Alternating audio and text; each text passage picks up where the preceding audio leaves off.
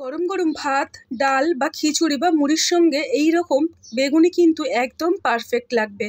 নমস্কার বন্ধুরা, আজকের আমি তোমাদের সাথে বেগুনের রেসিপি শেয়ার করব। তো চলো শুরু করা যাক। প্রথমেই আমি এখানে দুটো লম্বা লম্বা সাইজের বেগুন নিয়ে নিয়েছি। তোমরা চাইলে গোল অথবা নিজেদের পছন্দ মতো বেগুন নিয়ে নিতে পারো। প্রথমেই বেগুনটাকে পরিষ্কার করে ধুয়ে নিচ্ছি, কেননা কাটার পরে আর আমি জলে দেবো না। এবারে বেগুনটাকে পাতলা পাতলা করে কেটে নেব। তোমরা দেখে নাও কিভাবে বেগুনের জন্য বেগুন কাটতে হয়, কেননা খুব বেশি মোটা হলে ভালো লাগে না, বা একদম পাতলা হলে কিন্তু অতটাও ভালো লাগে না। তো সেই কারণে বেশি মোটা নয় বেশি পাতলা নয়, সেই রকম করে কেটে নেব। প্রথমের অংশটা বাদ দিয়ে দিলাম, তারপরে দেখো বন্ধুরা এই রকমভাবে পাতলা পাতলা করে কেটে নিতে হবে। তোমরা যখন বেগুন কাটবে অবশ্যই দেখে নেবে ভিতরে পোকা বা কিছু থাকলে সেটা বাদ দিতে হবে। এখানে দেখো বন্ধুরা বেগুনটা নিয়েছি, কোনো রকম পোকা নেই। অল্প দানাগুলো কালো কালো দেখাচ্ছে, কিন্তু পোকা নয়, সেটা আমি পরে পরিষ্কার করে দেখে নিয়েছি। এইভাবে সমস্ত বেগুনটা কেটে নিয়েছি। দেখো বন্ধুরা বেগুনের জন্য বেগুন একদম রেডি হয়ে গেছে, আর এইরকমভাবে কেটে নিলাম। এবারে একটা ব্যাটার তৈরি করব, তার জন্য নিয়ে নিলাম 1 বাটি পরিমাণে বেসন, আর নিয়ে নিলাম তার থেকে অল্প পরিমাণে চালের গুঁড়ো। এখানে বন্ধুরা আমি আতপ চাল ব্যবহার করছি। তার মধ্যে দিয়ে দিলাম হলুদ গুঁড়ো, লঙ্কার গুঁড়ো আর কালো জিরে। শুকনোটা সব কিছু মিশিয়ে অল্প করে জল দিয়ে ভালো করে একটা গাঢ় ব্যাটার প্রথমেই তৈরি করব। প্রথমেই একেবারে জল দেব না, তাহলে পাতলা কিংবা মোটা আমাদের বেগুনের জন্য ব্যাটারটা তৈরি হবে না।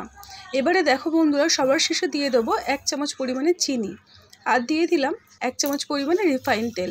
তেলটা দিলাম বেগুনিটা খুব ভালো খাস্তা হবে, আর চিনিটা দিলাম স্বাদটা ভালো আসবে। এবারে 15 মিনিট ঢাকা দিয়ে রেখে দেবো। ঠিক 15 মিনিট পরে ঢাকনাটা খুলে দেখাচ্ছি। দেখো বন্ধুরা কতটা গাঢ় হয়ে গেছে।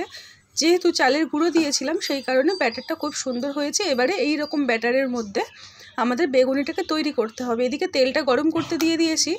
তেলটা খুব ভালোভাবে গরম হলে তারপরেই আমি এখানে দেখো বন্ধুরা বেগুনটাকে এপিট ওপিট করে 2 থেকে 3 বার এপিট ওপিট করলাম, করে তেলের মধ্যে ছেড়ে দিলাম। গ্যাসের ফ্লেমটা বা উনানের আঁচটা কিন্তু খুব ভালো জোরে রাখতে হবে, কেননা কম আছে বেগুনিটা ভালো ফুলবে না। যখনই একটা পিঠ দিলাম ওপর থেকে যদি এই রকমভাবে তোমরা তেল দিয়ে দাও, তাহলে কিন্তু বেগুনগুলো খুব ভালো ফুলে ওঠে বেগুনিগুলো।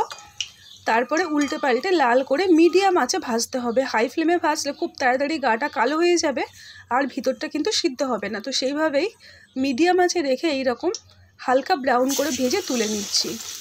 বাকি বেগুনিগুলো ঠিক একই রকমভাবে দেখো বন্ধুরা ভেজে নিলাম।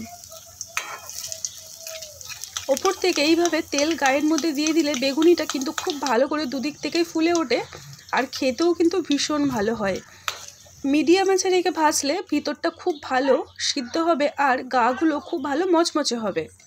দেখো বন্ধুরা এইভাবে প্রত্যেকটা বেগুনি হালকা ব্রাউন করে ভেজে তুলে নিচ্ছি। আবারও যেগুলো বাকি রয়েছে সেগুলো ভেজে ভেজে দেখাচ্ছি।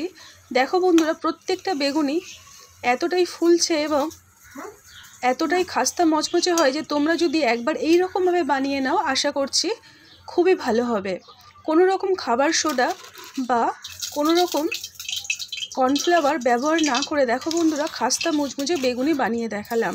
অনেকক্ষণ ধরে মুচমুচে থাকবে, আর ঠান্ডা হয়ে গেলেও কিন্তু খেতে ভালো লাগবে। ভালো লাগলে অবশ্যই লাইক দিয়ে সঙ্গে থেকো। টাটা।